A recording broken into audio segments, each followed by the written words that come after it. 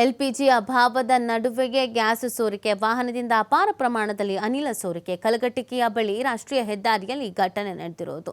ಗುತ್ತಿ ಅಂಕೋಲ ರಸ್ತೆಯ ತಂಬೂರು ಕ್ರಾಸ್ ಬಳಿ ಘಟನೆ ನಡೆದಿದೆ. ನಿನ್ನೆಯಿಂದಲೇ ಸೋರಿಕೆ ಆಗ್ತಾ ಇರುವಂತಹ ಗ್ಯಾಸ್.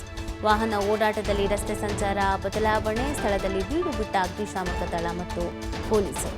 ನೋಡಿ, ಒಂದು ಕಡೆಯಲ್ಲಿ ಗ್ಯಾಸ್ನ ಸಮಸ್ಯೆ ಶುರುವಾಗ್ಬಿಟ್ಟಿದೆ. ಅಭಾವ ಅಂತ ನಾವು ಹೇಳ್ತಾ ಇದ್ದೀವಿ.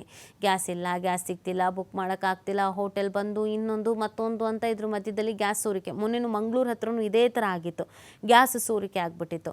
ಸೊ ಇದೀಗ ವಾಹನದಿಂದ ಅಪಾರ ಪ್ರಮಾಣದಲ್ಲಿ ಅನಿಲ ಸೋರಿಕೆ ಆಗ್ತಾ ಇರೋದು. ಕಲಘಟಕಿಯ ಬಳಿ ರಾಷ್ಟ್ರೀಯ ಹೆದ್ದಾರಿಯಲ್ಲಿ ಈ ಒಂದು ಘಟನೆ ನಡೆದಿದೆ.